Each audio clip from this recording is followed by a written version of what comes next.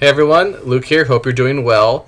And in today's video, I just wanted to make a quick video on ThorSwap. So in the last video, I talked about why I'm so bullish on this project, why I've been buying it, and stuff like that, more of the fundamentals.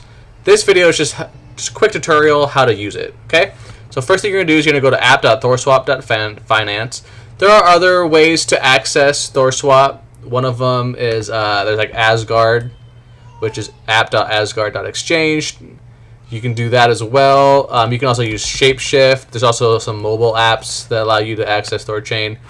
This one is just for the ThorSwap one, just because I find this one the most advanced as far as like user friendliness and stuff like that. Okay, so first thing you're gonna do is you're gonna click connect. Okay, then you're gonna create a key store.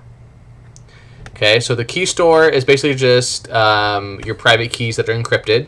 Okay, you're then going to create a password for your encrypted key store, okay, and then you're going to write down your word seed, okay, which will be 12 words, okay. So if you've done like MetaMask and like Trezor and most wallets that are where it's like self-custody, you're going to have to write down those 12 words, okay. So you want to make sure, first of all, that those 12 words that you're going to write down when you create your Thorchain wallet are secure, okay. So keep them in a fireproof safe.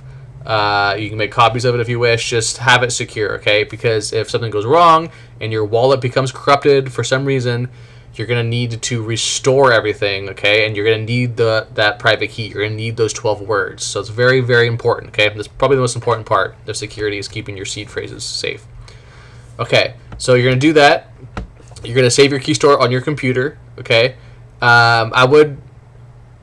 On your key store, it's not too, you don't have to worry about hacking too much, from my understanding, because it is encrypted.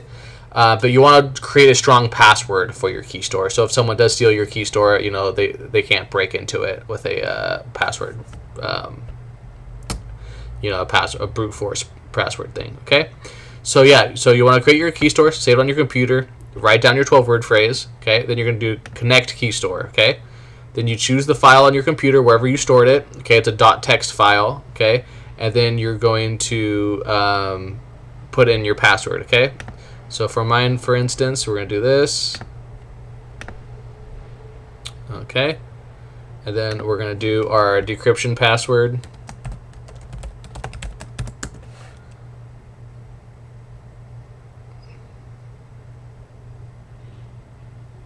Okay, and now it's unlocking. Hopefully I tapped in my password right.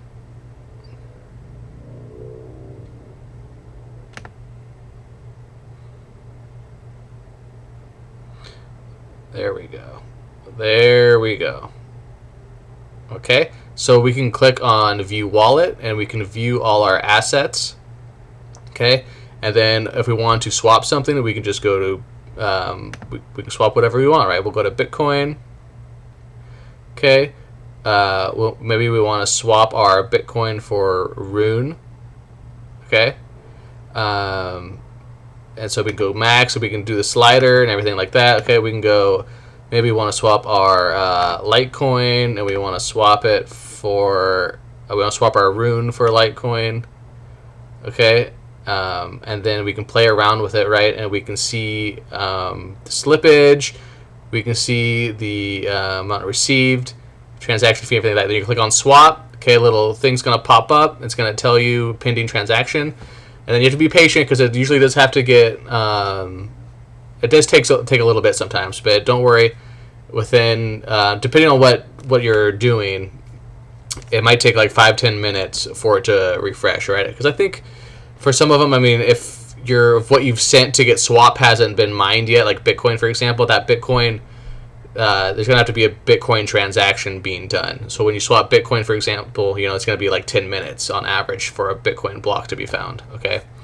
And so, yeah, you can swap whatever for whatever, okay? If we go back, we can also add liquidity. So we can see that we can also earn interest on these assets, okay? So we can click on liquidity here. Now, it's important to realize that Thorchain does have built-in impermanent loss protection. If you have to leave in your coins for 100 days, but if you leave in your coins for 100 days, then they will pay out from native Rune. They will pay out any permanent loss that you incur. Okay, so we can go on max, right, and then I will be doing 1-to-1, but you can do Bitcoin. You can do something else. You can do Ethereum.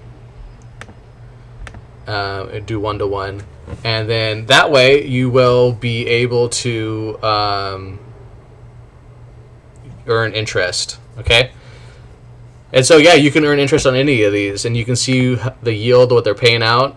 If you don't, keep in mind though, from my understanding, if you put in 100% of something, like 100% Bitcoin with no Rune, so it's not 1-to-1 with Rune, then it will sell half of your Bitcoin into Rune, I think.